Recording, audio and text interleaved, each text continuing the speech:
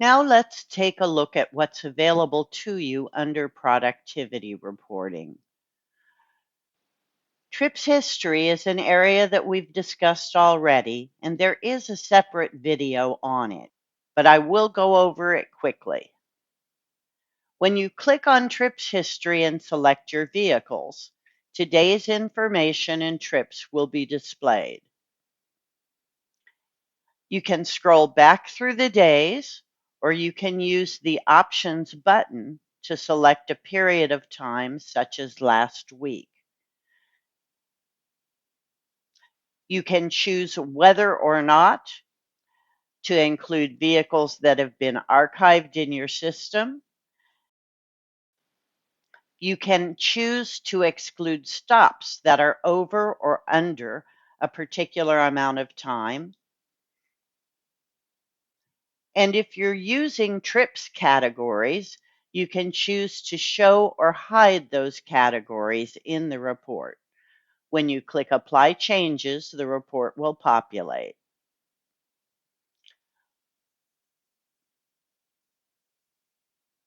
We can also look at this information in a summary view for the period of time that we've chosen. The line graph breaks down miles driven, driving time, and idle time.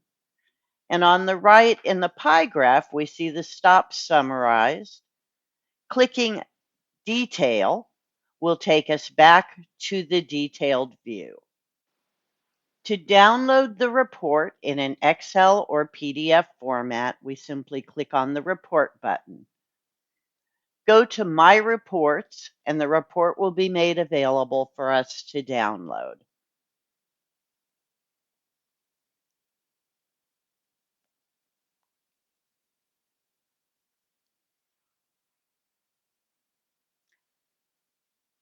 Under Routes, there are quite a few available reports, but these reports will not generate unless you are using the routing features.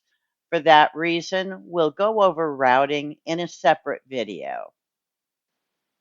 Public Works provides some specific reports for our customers using the Public Works module and add-on hardware that is available for city, state, and county governments. Under Zones, you'll find a Zones report, which would be simply a list of your zones. There is also a Zone Visits report that allows you to see when specific vehicles were in specific locations. This is your zone types list and the screen where you can add or remove zone types you have created. And next is the driver congregation report, which allows you to see if vehicles are congregating at locations you may or may not be aware of. You can choose which vehicles you want to include in the report, a minimum distance between those vehicles, an overlap time, and the minimum number of vehicles to define a congregation. You can also choose to exclude zones from the list, such as an office or job site where you would expect vehicles to be congregating.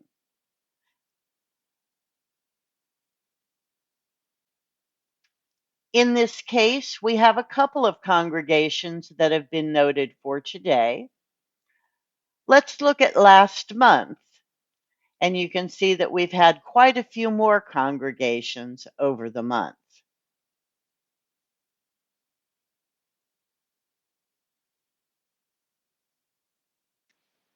The Analytics Lab is a very special area in Geotab where new experiments are presented.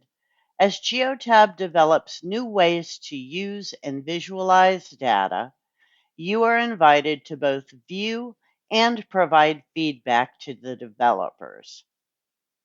Active Insights is another new area where you can search data being assembled and displayed in new ways and utilize what is applicable or helpful to you.